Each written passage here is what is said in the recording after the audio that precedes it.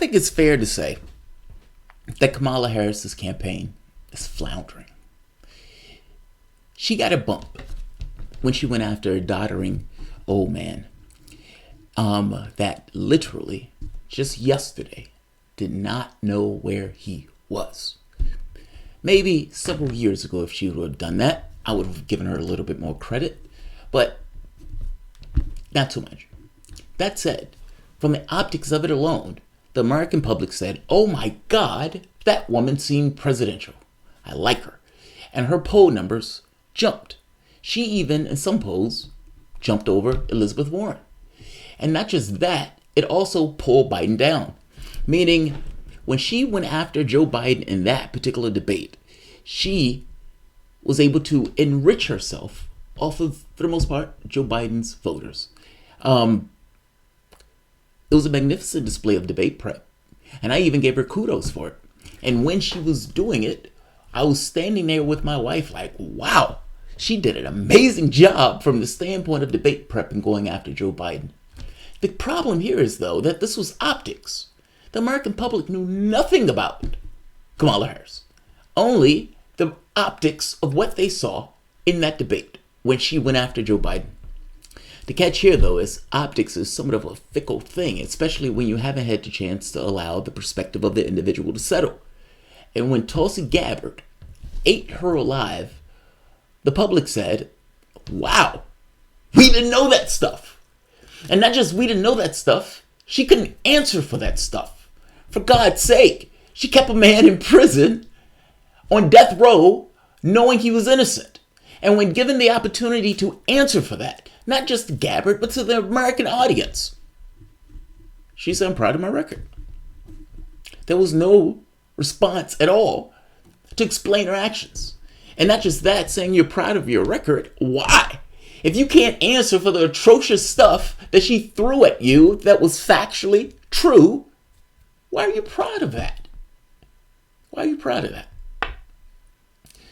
As fast as she went up in the polls was as fast as she cratered, if not faster. So now a desperate, fledgling campaign has a new strategy. Attack Sanders. Welcome to the Soapbox.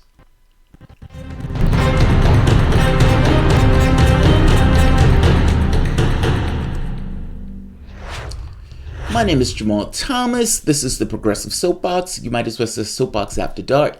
When real men can't sleep, real men do the news. I am wide awake. It's 5 in the morning. So let's do the news. If you guys enjoy this content and you find yourself coming back to this channel often, please like this video, share this video, and of course, it goes without saying, subscribe. Also, patron appreciation episode will still be today, despite me being up all night for the last few days. That will be after 1 p.m. today, so be looking out for it. Make sure you hit the notification bell. Also, if you really dig this content and you really find yourself coming back here often, please consider supporting this content through PayPal or Patreon, or for the matter, Super Chats. This show is literally, in real terms, brought to you by you. And I often say YouTube is an untrustworthy actor because we have no idea which videos are going to be demonetized. And they typically demonetize just right off the bat, which means that the first 1,000 or how many ever is just not going to get credit for. So, I don't necessarily like saying it or continuously saying that, but it is true. And it's just, I think you'll find all channels to some degree is doing that. Kamala Harris. So, Kamala Harris has not been having a good go of it. Now, she took down Joe Biden, and she did so magnificently. And like I said before, that's not necessarily a great feat knowing what we know now. Biden has somewhat of a screw loose. That debate was at night. He seems to be suffering from sundown. We have no idea how much rest he got that particular day. He was unable to defend himself against her and Booker.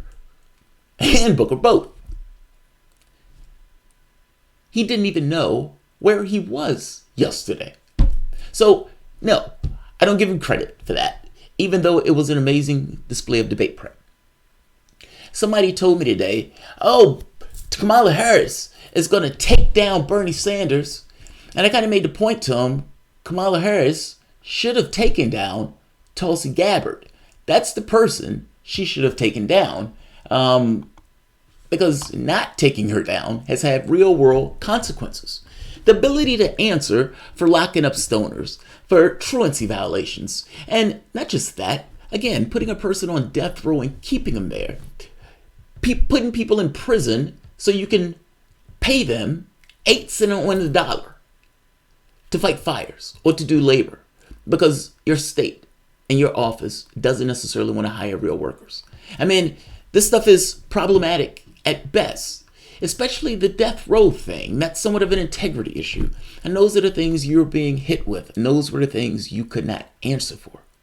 If you're proud of that record, why? And the problem here is that the American public got to see that record and hear that record. And you suffered for such.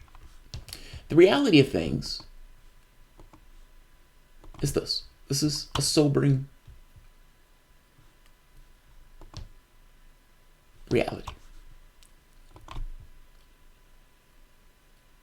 She lost 12 points. She lost 12 points. That is profound. That is profound. Like, I didn't know people could lose that many points in a poll. She is a falling stone. She is accelerating faster than gravity itself. I would say she is entirely ballistic, but she's going faster than gravity. There has to be something else in that process.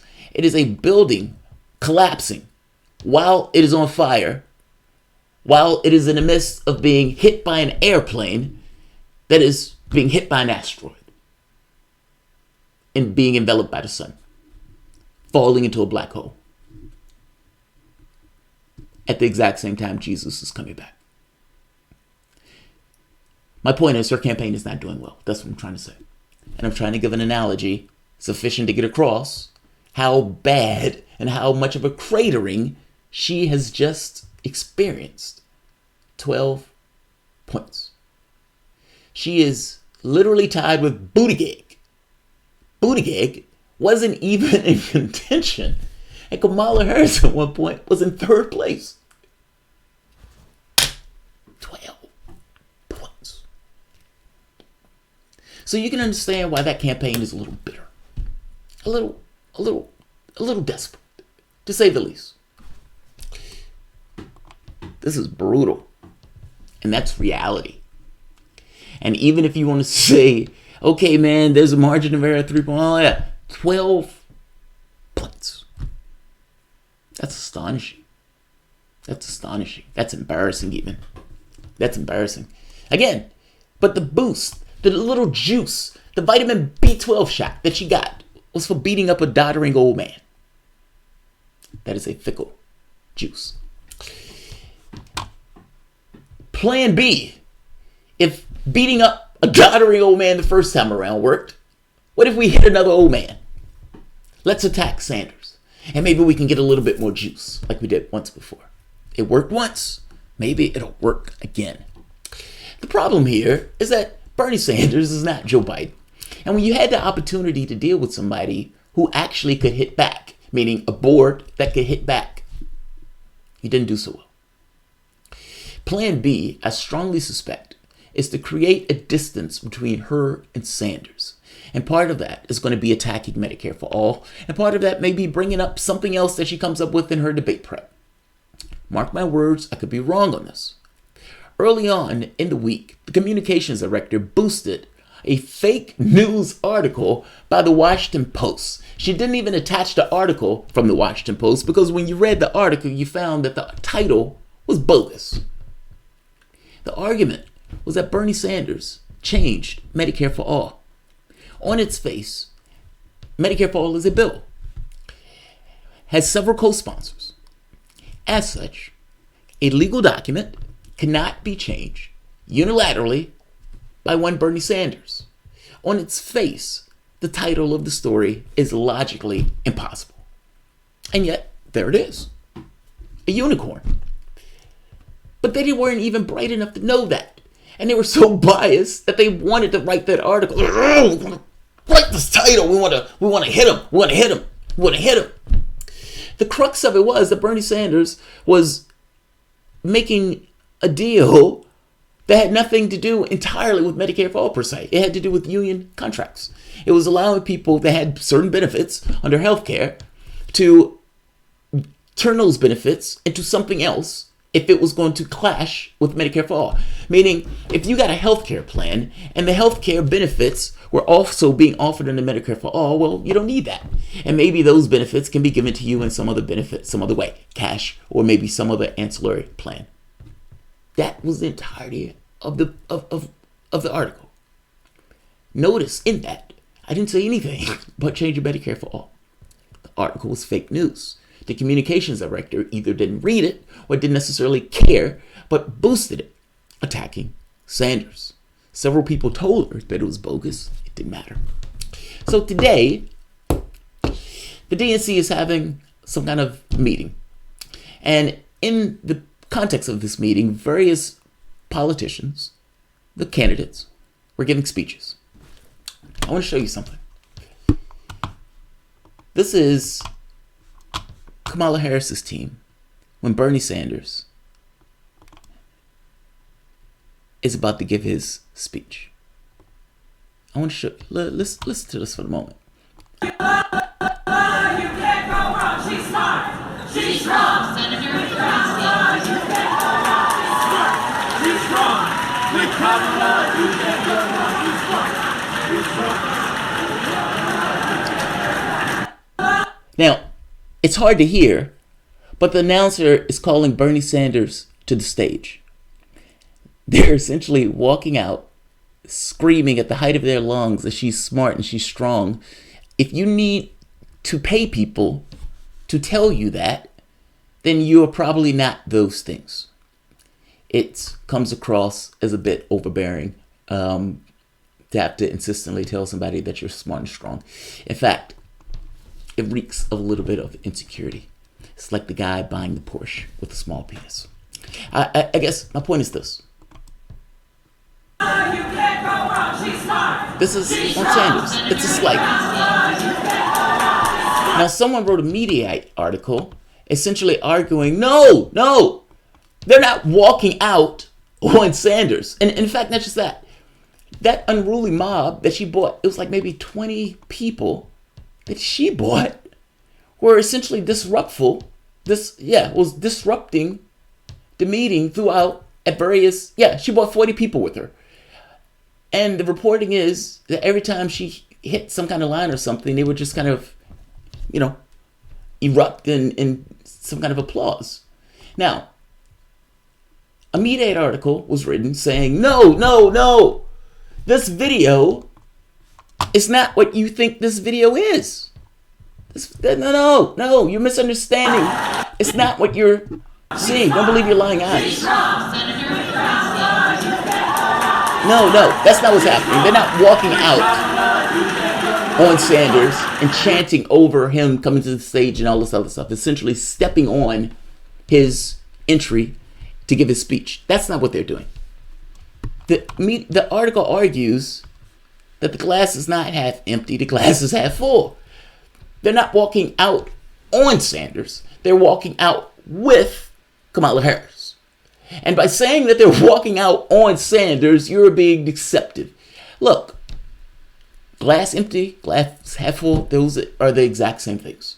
And by the way, after they walk out, while Sanders is coming to the stage and starting his speech, they are chanting loudly outside. And then we're being told, no, it's not what you think it is. It's not a slight. You guys are making this up. It wasn't done to slight Sanders. They were just going out to talk with Kamala Harris. I don't doubt that they were going out to talk to Kamala Harris. I don't doubt that.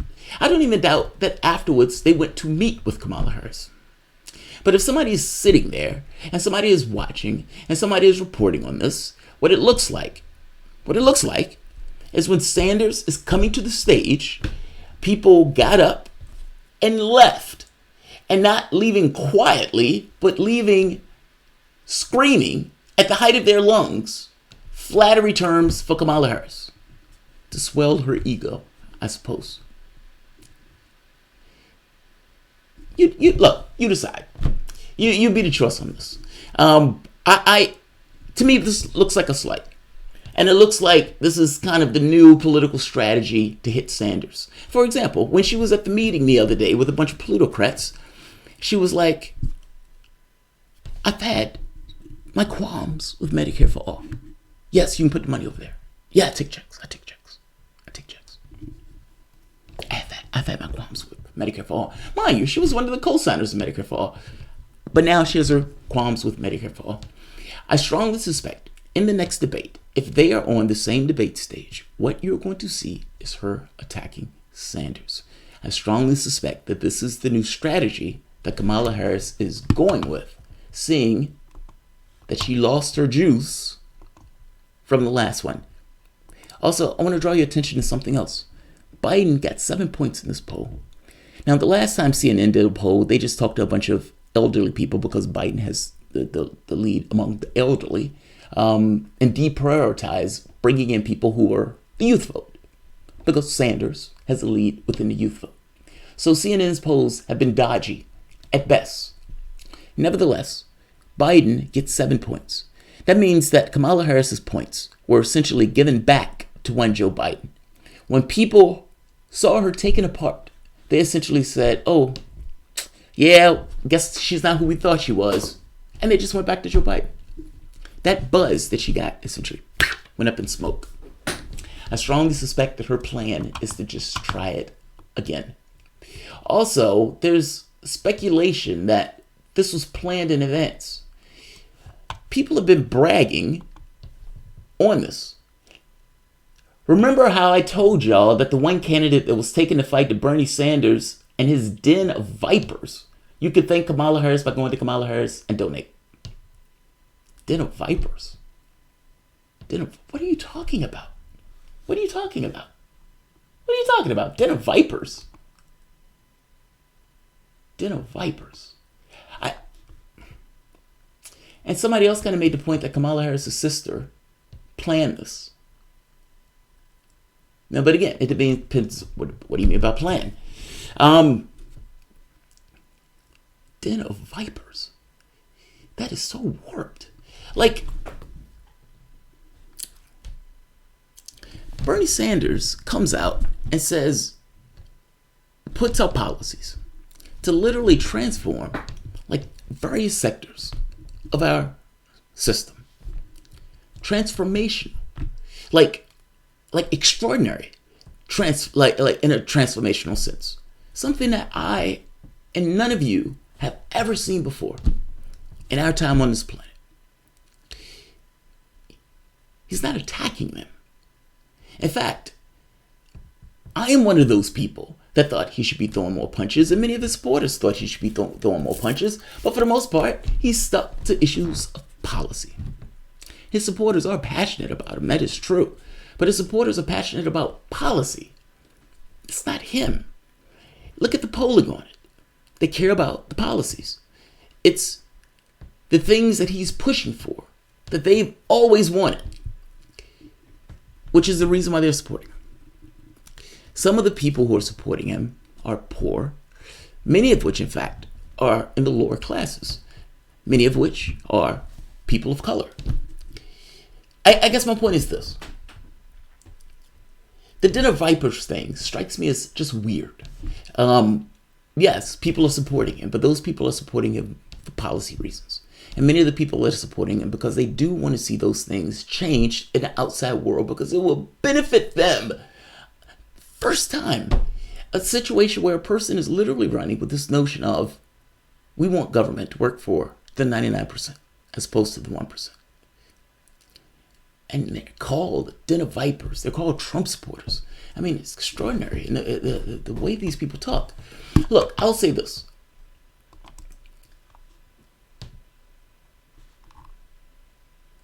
This is,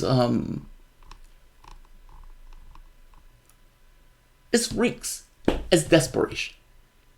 And mark my words, I could be entirely wrong on this, but this is just the beginning.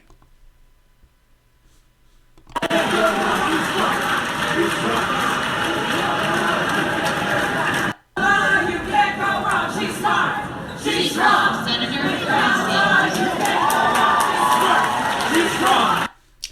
And again, at the end of this, they go outside and continue to chant. They continue to chant. By the way, while Sanders is speaking. While Sanders is speaking. Yeah.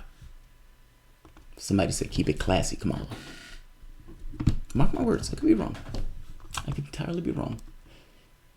Let's see, who's here? My system is freezing on me. I can't believe there are 81 people here today. That's amazing. Why are you guys up? If you studied the U.S. politics of the 1910s, 1959s, it could be more clearly read the current actions. Yes. Portafilm, cringe indeed. Next is Mayor Pete. He's definitely going to knife progressives in the next 1000s. That's just rude. That is rude. This is kind of my point. And these guys are kind of making the argument, no, it wasn't rude at all. I mean, they were just, going to see Kamala while outside screaming while Sanders is talking. It is rude. It's a slight. Haven't slept yet, GT. Yeah, neither have I. I don't sleep well. You guys haven't noticed? Why are you up? Trains are keeping me awake, Danny. I'm just up because I'm up. My wife and I were watching Glow. The new season of Glow is out. I fucking love that show. Like, it's Gorgeous Ladies of Wrestling. I love the show because I used to remember Glow. It used to come on Sunday mornings before my mom used to drag me to church. And it's just a really good show. First 2 seasons were awesome. Penny Paushinki. I get up early. 3 energy. Getting ready for work. Oh, Jesus Christ. I'm here because it's midday here. Oh, nice. Tulsi is easily the best candidate. That's why she's being blocked. Portafilm. I don't think Tulsi's being blocked. Like, look, Tulsi was a long shot from jump. She just was. I don't begrudge her for running, but I think she knew she was a long shot. The American public, foreign policy is important to the left. And if you ask the American public, would you prefer to be in less wars? They would say yes. If you ask them, is that the top of their agenda? They will say no. Running as an anti-war candidate is a difficult push if we are not involved in some kind of war. I don't think people care as much as the left does about regime change wars. People didn't seem to care about the Venezuela thing. People didn't seem to care that we were putting pressure on Iran. And ultimately, Trump's poll numbers didn't seem to budge 1 inch on those particular issues. Even though, again, the American public cares about it, but it's within the context of other things. So she was always somewhat of a long shot, especially going with that particular angle. Doesn't mean she's not a good candidate. I do like her. It's just hard sell. Portafilm, dude, she's being blocked. Okay, fair enough. I think Abbott is running for VP like Castro. Look, maybe. I was always hoping, like a little part of me was always hoping that Sanders talked to Gabbard and says, look, I want you to run because I want you to push a particular angle on foreign policy that I can't push, at least not without somebody opening a space for me. I don't think that's true, but I was always hoping that it was. Just a little heart of hearts. All right. I hope she's Bernie's VP. I do like her too, man. Secretary of State, I would prefer a little bit more than VP. Yes, Secretary of State. I heard the same thing. We're thinking the same thing.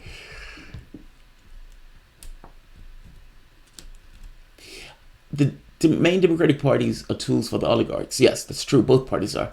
That's why they go on identity politics. It's a distraction. Yes. Yes, I agree with you. It's a distraction. That's true.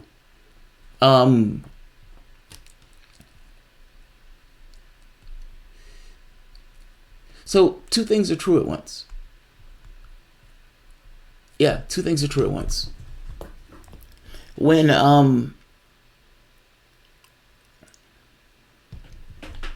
in the UK, when people attack Corbyn and they say, oh, that guy's anti-Semitic, they're making it up. They have nothing to use to hit him with, but just the very act of saying it tars him against certain parts of the public. The reality of it is, It's like calling somebody sexist or racist or bigoted or homophobic or any of those things. Sometimes they are true. Sometimes they fit into a certain degree of subjectivity, whether it's up to the person to make that kind of decision. Whereas identitarians are more so in the camp of being overboard and kind of calling it those things. Various political parties use that in order to distract from real issues of economics, because essentially the people who buy them and push them out to the public and who they make deals with in order to support versus the plans that these guys are pushing. Because at the end of the day, they're paying them, but they just need your support. Meaning they need to sell you something in order to get you to buy in whatever they're selling. My point is this. In the same way they use that to tar Corbyn, they don't believe that shit is true when they call him a fucking anti-Semite. That shit's nonsense. But there is a public out there that is freaked out about that stuff and that will listen to it and believe it wholeheartedly. No bullshit. They will believe it. The same thing is true in the United States. The identitarians are out there. There are some people that are in this kind of full-bore black consciousness thing where everything is put out in the context of that. There's some people that way, Hispanics. There are other people that way about homosexuality. It runs a gambit. Sometimes that stuff is subjective. And oftentimes the left have a tendency of taking the subjectivity out of it. I think the main issue is class, not race. I can't get anybody to understand my plight, nor can I get anybody to understand, what it's like to be black, white, straight, gay, none of those things. At some point, we'll have technology where we can put a little dial on somebody's head and they can live multiple lifetimes in various aspects of history and everything else, so they can come out and they can be better persons and understanding other people in a flesh and bone way. We're not there yet. We don't have that technology, so the only thing that we have is a certain degree of live and let live. And I'm okay with that. You can hate my guts. Don't fuck me over. And if we focus on issues of identity, you break your coalition. You break your coalition. The issue is class. Issues of economics matter more. And not so much that you ignore issues of identity. I think on this channel, I tried to blend the two things. I defend identity when it needs to be defended, but most of the time I try to deal with issues of class. You have to float between both. It's not as simple as, you just kind of leave that stuff alone. By the same token, it's definitely not as simple as it should be the focus and the predominance of a particular campaign. So it's like I agree and I disagree because I think both are true. I mean, the political leaders are using that as a distraction. The problem is there are people out there that aggregate around that particular form of thought, this kind of tribalistic thought in regards to how they organize, as opposed to having this kind of coalition under this notion of economics being somewhat of a highest priority. So I agree with you. It's not that I entirely disagree with you. I don't disagree with you. Identity politics is dangerous. Your identity doesn't mean that you're a good person, yes.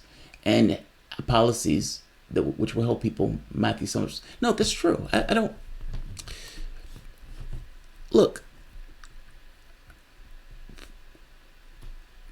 there's been no break in history. Right?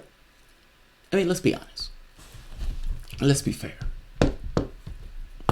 There's been no point at which history kind of just split apart and we just up and start like it was brand new. That never happened. That never will happen. Time has a certain continuity about it. All of us are kind of thrust in various identities. Just is what it is. In order for you, it's like your ticket to ride. To be a person is to be ensconced within some kind of culture. Essentially, you are always somewhere. There is no point at which you are not something or somewhere. And those things have certain tethers associated with it. There's a historical drag associated with the way we go about our affairs. It just kind of is what it is, what it is. There are times where I greatly dislike it. There are times that I want to be separate from it. But to be honest, those are things that make you, you. And without those things, you would not be you. You'd be something else. My point is this. The tribalism stuff didn't just come out of the ether. I mean, the way our society has kind of propagated itself, the tribalism thing has been somewhat of a way of people to survive. This notion that it would just be kind of discarded I don't think it's necessarily reasonable, even though I do push against it. Because I think it's somewhat problematic and I think it's divisive, especially in a political sense, where the goal is to bring people together to kind of move forward, to get a certain coalition. But I don't have this great belief that telling people that identity politics is problematic just stops them in their identity politics. I agree with you. It's just kind of this kind of reality is what it is. Not to mention, you do need a certain degree of identity politics. It's not an absolute. Like, Martin Luther King, when he's making his argument, that is literally identity politics. And no, we don't necessarily live in that time, but there are times when those things come up and people have to kind of push against it. I think the problem is that a party that embraced, be it race, be it sexuality, be it those things, started to organize itself around identity and using that as a dodge for economic issues. Meaning Bill Clinton will make the Faustian bargain of, I can take all the cash in the world, I can take all of this money, and I can make incremental changes. And by accepting all of these various identities under this particular umbrella, I could say, look, we'll back you. But you're not necessarily going to have anywhere else to go. And the other party is not going to be on board for you. Meaning, you're stuck with us.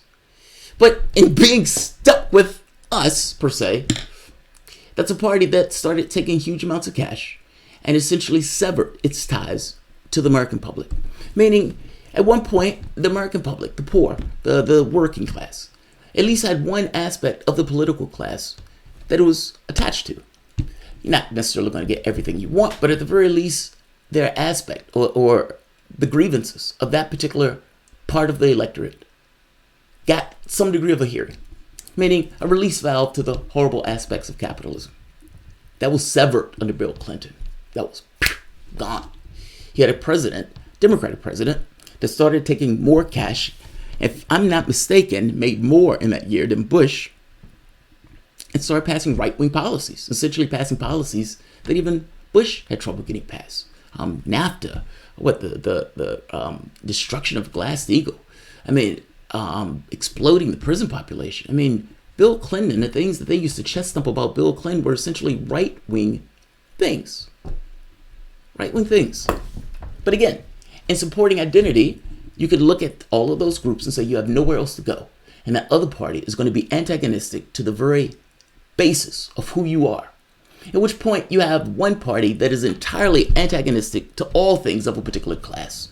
And this other party that doesn't even deal with the economics of that, but instead just triumphs with identity as if that creates a winning coalition where they never have to deal with economic issues.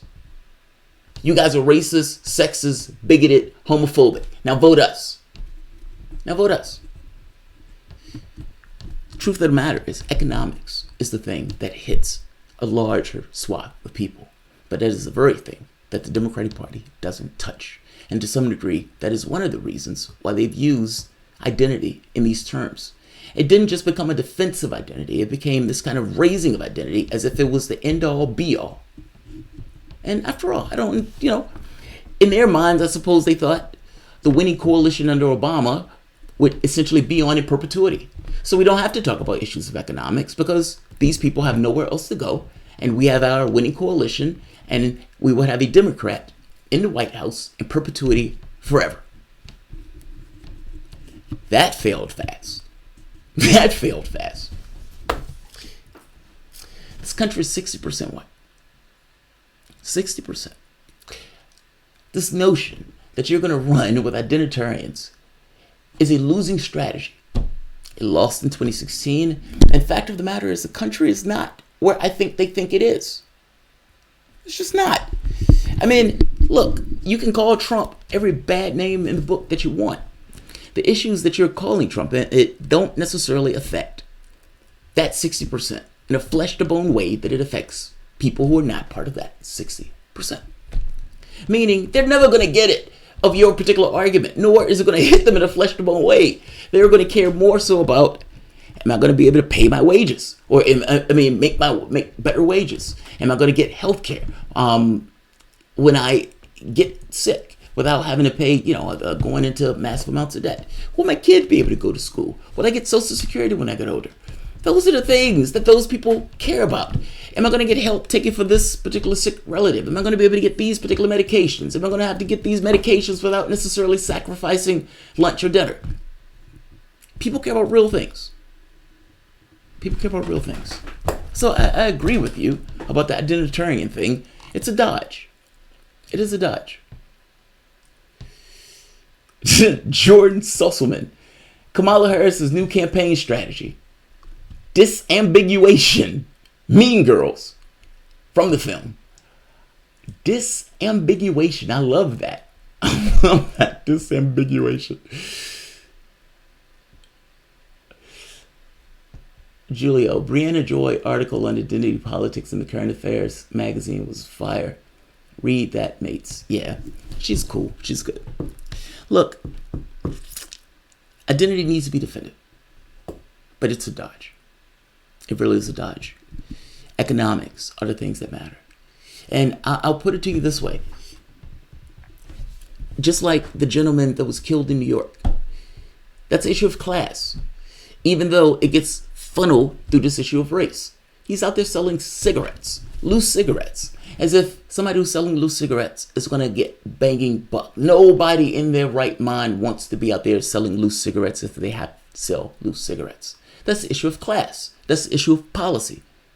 But again, it's funneled through this notion of race. One issue after the next is like that. I mean,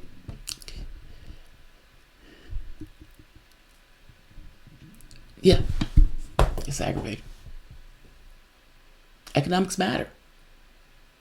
Economics matter. I think why the war on drugs was launched by Nixon, yeah, it was launched to castigate blacks and hippies. Richard Nixon launched the drug war with this notion that there are political blocs that he was terrified that were going to fuse together. One bloc was African Americans. Many people thought that that particular bunch, particularly the Martin Luther King bunch, were communists. Nixon thought, I can castigate blacks and I can castigate hippies and I can launch this war on drugs. I mean, doing so by launching the war on drugs. And I can have them on TV each night where I can browbeat them. And in doing so, essentially destroy a political bloc. From Nixon's standpoint, the war on drugs was a way for him to stay in power and to keep essentially Republicans in power. I mean, look, when I make this point about there needs to be some level of identity, there's a certain subjectivity to it, but class is a thing that matters. Class is a thing that matters. 1,000 times class is something that matters. I mean, how do you get somebody that hates you to not hate you? How? And even if there's issue of economics that definitely affects us all, meaning that hateful guy still has a kid that may need to go to school, still needs health care.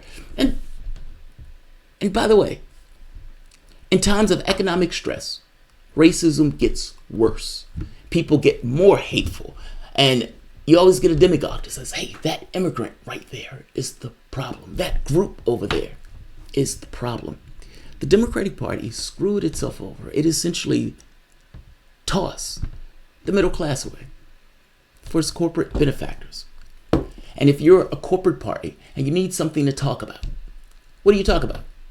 You can't deal with economics. You can't talk about this notion of ensuring that the middle class is taken care of and ensuring that a certain degree of the spoils that this country generates goes back to the people who actually generate it. You can't have those conversations.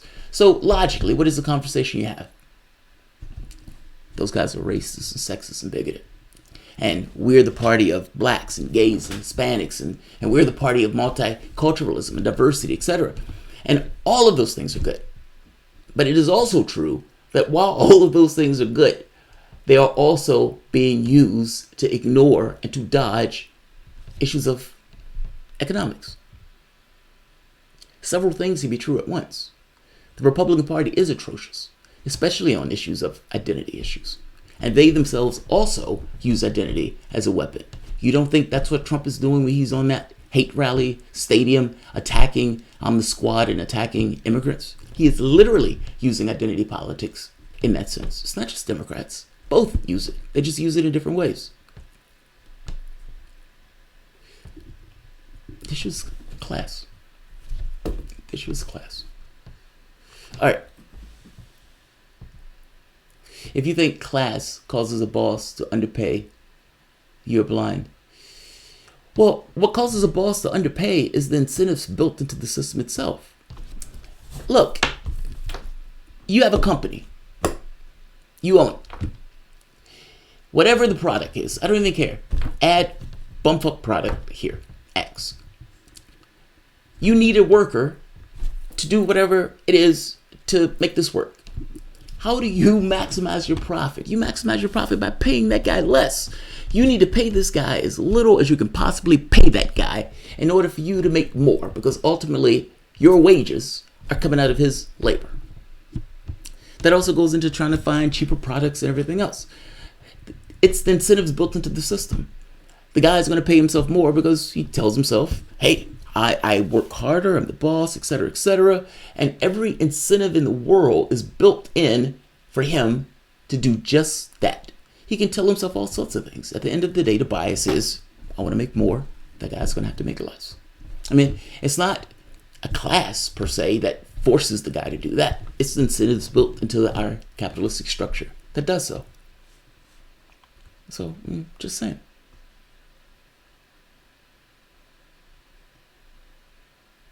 Just say it is oppressive rich white folks. You think they're going to pay browns equally. But it's not a race thing. I mean, you honestly believe that a rich black person would pay somebody higher wages because they're black or because they're gay? Fucking nonsense. No. It's look, the incentives in this, the incentives in the process in and of itself compels a certain behavior. The behavior is not changed just because of the person's race. There may be certain factors in the upbringing that may make that person more empathetic in the process and thereby, maybe pay his workers more. I don't necessarily, go past that particular point. But these things are issues of class. And the incentive in the process is, particularly if that person wants to make more, is to pay them people less. The Waltons didn't get billions of dollars by paying their people decent wages. They got billions of dollars by having their employees on food stamps and living off the system of sorts. That's how they made their cash. Please watch the Yuri Bezimov lecture, Prophetic. Rich black folks don't discriminate the way rich white people do. Okay, fair enough. Fair enough. Maybe. Maybe not. I don't know that as a flat fact. And I need some kind of polling or some kind of data to back that up.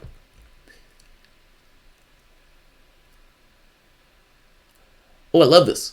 Okay, he's a identitarian. Great. Paul, yep, blind. Millions of oppressed browns. He claims that racism isn't the issue. No, I don't think I said that. In fact, I think I said the opposite. In fact, I'm saying two things are true at once. The issue is class. The issue has always been class. At some point, that became, wrapped into race and everything else. But the whole slavery thing had to do with class originally, not racism. The racism came after the profit making in this case. I agree with you that racism exists. Fair enough. I don't think anybody said that. And I even agree with you that to some degree you have to deal with issues of race as they come up. In fact, I think I even said that here. But this notion that blacks don't discriminate when they become elements of a particular class is nonsense. I mean, I was in a conversation with a guy today, African American, that sounded essentially like any person that you would meet that watches Fox News. I'm just saying. Now, you might say they don't discriminate as much. Again, I add in a factor of whatever from the standpoint of upbringing. But I think it is nonsense to believe that with the incentives built into the system itself, that African Americans wouldn't enrich themselves just as much as some white person would. Nonsense. Nonsense. Racism has been created by people in power and used to motivate the masses one way or another through history by exploiting fundamental human fears and anger. Yeah, that's perfect true. And by the way, something that starts off as an issue of class and gets wrapped into the issue of race has somewhat of a feedback loop associated with it. Yes, racism does exist. This was a brutally racist country, and there's no point in which history has stopped. By the same token, let's be very clear that many issues, especially stuff where you have to deal with on a daily basis, or people that deal with on a daily basis, are economic. I mean, this notion that racism is, the top issue. Yes, it's important. I don't know how you stop people from being racist. What I can do is work with policy to put money in people's pocket.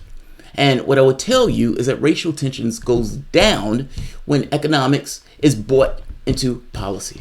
I'll tell you that. You explain to me how you stop people from being racist, and I'll be right there with you. You also show me evidence that blacks, when they get into positions of either authority or into positions where they are writing paychecks, don't also exploit. They do. It's a person thing. It's not a race thing. But, yeah. Your chat is brainwashed. No, my chat is extraordinarily bright.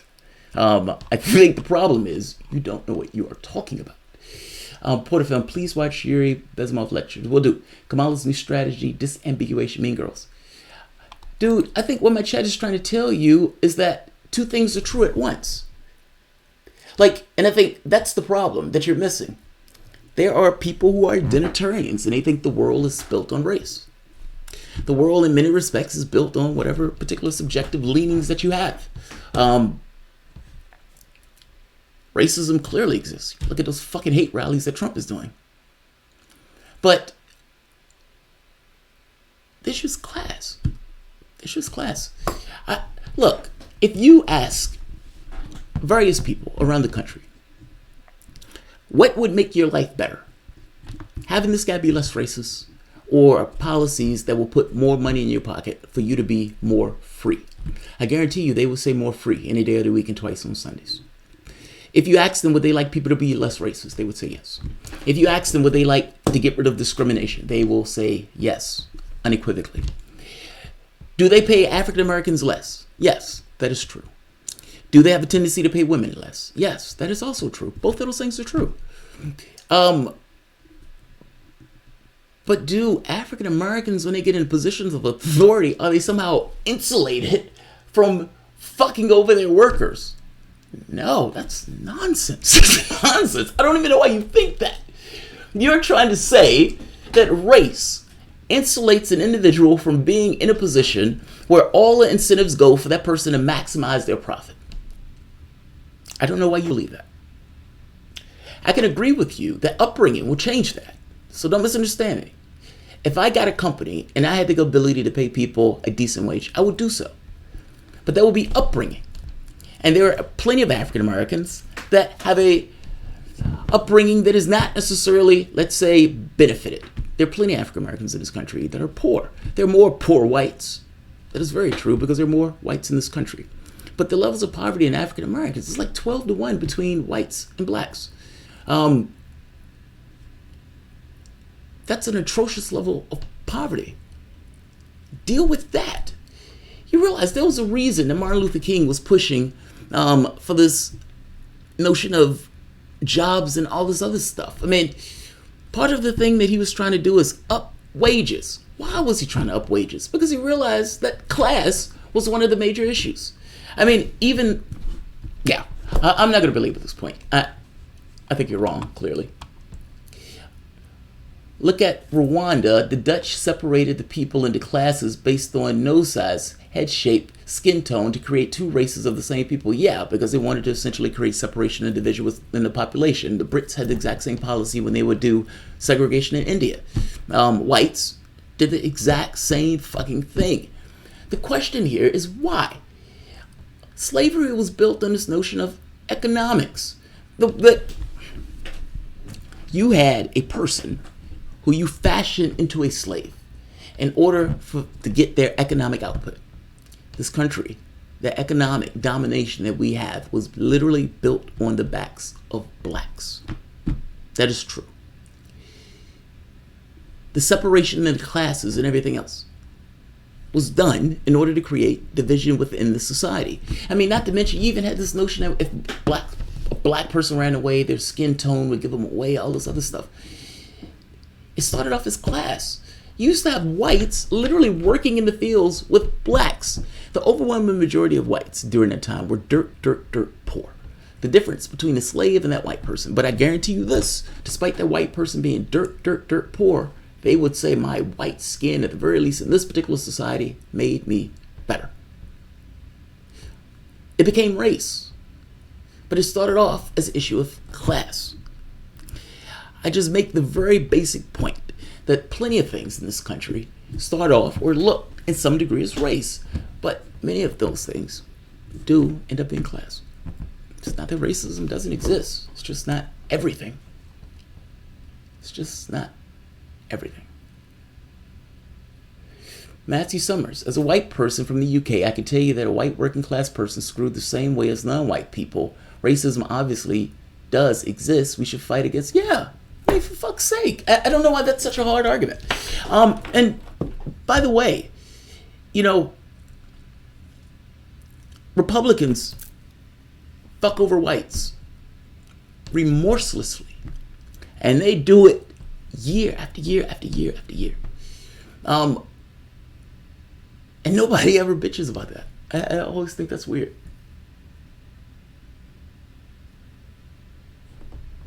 It's both. It's both. It's fucking both. Like, I don't know why that's so hard.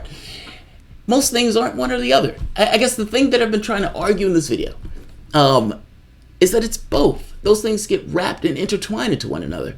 I focus on class because I can't do anything about racism. It's like, hey, I need you to stop being racist.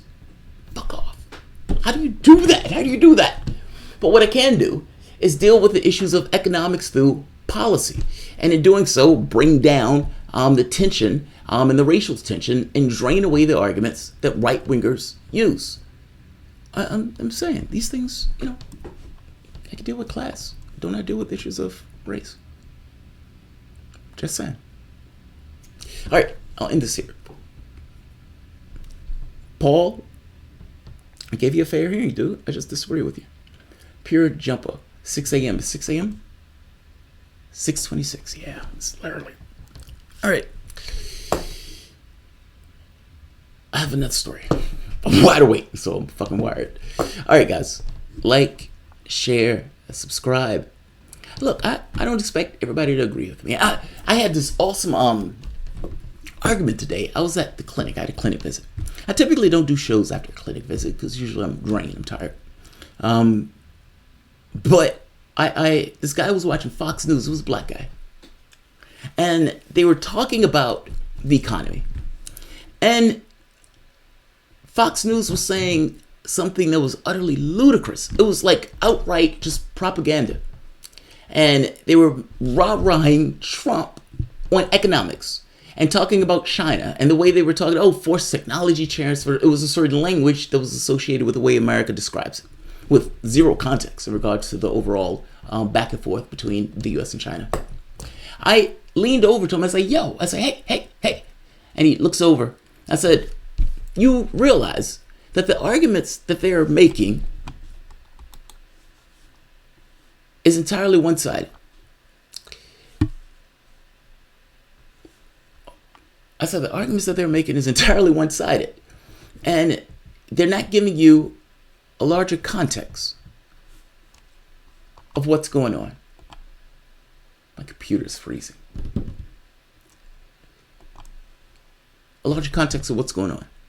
He says, but China's been stealing our stuff forever. And I said, how have they been stealing our stuff? He says, well, I mean, their government has been investing in their country. I said, is China a sovereign country? He says, yeah.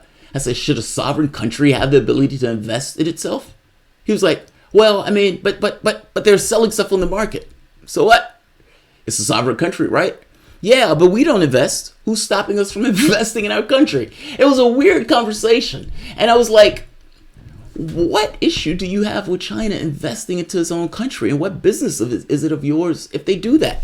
And beyond that, those companies decided that they want to get rich by selling their products to China. I mean, 50% of those companies are from China. Are from the United States. They wanted to get rich, which is why they were working in coordination with China. They made deals with China, and they were magnificently benefited from those deals. He says, yeah, but they're investing in their country. It's like, okay, fair enough. It's like a sovereign country decides to invest in themselves, and that's the issue that he has with us. And then he says, but Trump is going to sort this out. I said, Trump is not going to sort anything out. He says, well, I have money in the stock market, and I think Trump is going to do good things. I said, you realize that the stock market fell 700 points yesterday like a stone because Donald Trump has been intervening into the stock market. And he says, well, yeah, that's true, but what? It's true. I said, the tariffs, the sanctions, he's been intervening. And I said, moreover, what you're saying is not lining up with the financial channels. Now, my wife often says that when I am in these conversations, that I don't quite understand when the person is trying to bail out of these conversations. And I have a tendency to push and push and push because I want the person to see that what they're saying is utterly ludicrous. I kept pushing until it got to the point where he was like, all right, how do I bail from this conversation? I said, I thank you for having a talk with me. I appreciate it. And I left him to his devices, listening to his propaganda. I said, dude, the financial channels is saying something different than that propaganda outlet that you're watching. Fox News is a propaganda outlet. If you watch financial channels, they're freaked out. And I kind of made the point to him that it's just true to an absolute. The president of the United States does not get into a mic and scream for a rate cut if the economy is doing fucking lovely. That doesn't happen. When they did that rate cut the first time, they took that money and they put it in their pockets. Or they bought back their stocks because there was nothing to put that money into. He's not going to give a rate cut again. He shouldn't give a rate cut again. The president of the United States is comparing the Fed chair, to China, saying not sure which one is the biggest enemy of America. He's desperate. That's what that is. That is not a president that is not concerned about there being a recession. That is a president that knows that there will likely be a recession, that he has intervened into the market, and that other countries around the globe can hit him where it hurts just before the election, and that no deals will be made before the election, with this notion that Trump could lose. Trump is desperate. That guy was running on propaganda, and I'm like, I didn't know how to shake him out of it. There was nobody to shake him out of it. So, I said, thank you for talking to me. And I let him go back to his show. It's funny, the nurses were looking over like, what the fuck is going on? What the fuck is happening? Yeah, my wife is like, she usually tries to bail in those situations. She's just like, dude, you never know when to bail. You never know when to bail. All right, my computer is doing really bad things, so I'm going to end this here and figure out what's going on and why it's freezing. Like, share, subscribe. Thanks all. Bye-bye. And yeah, it's freezing.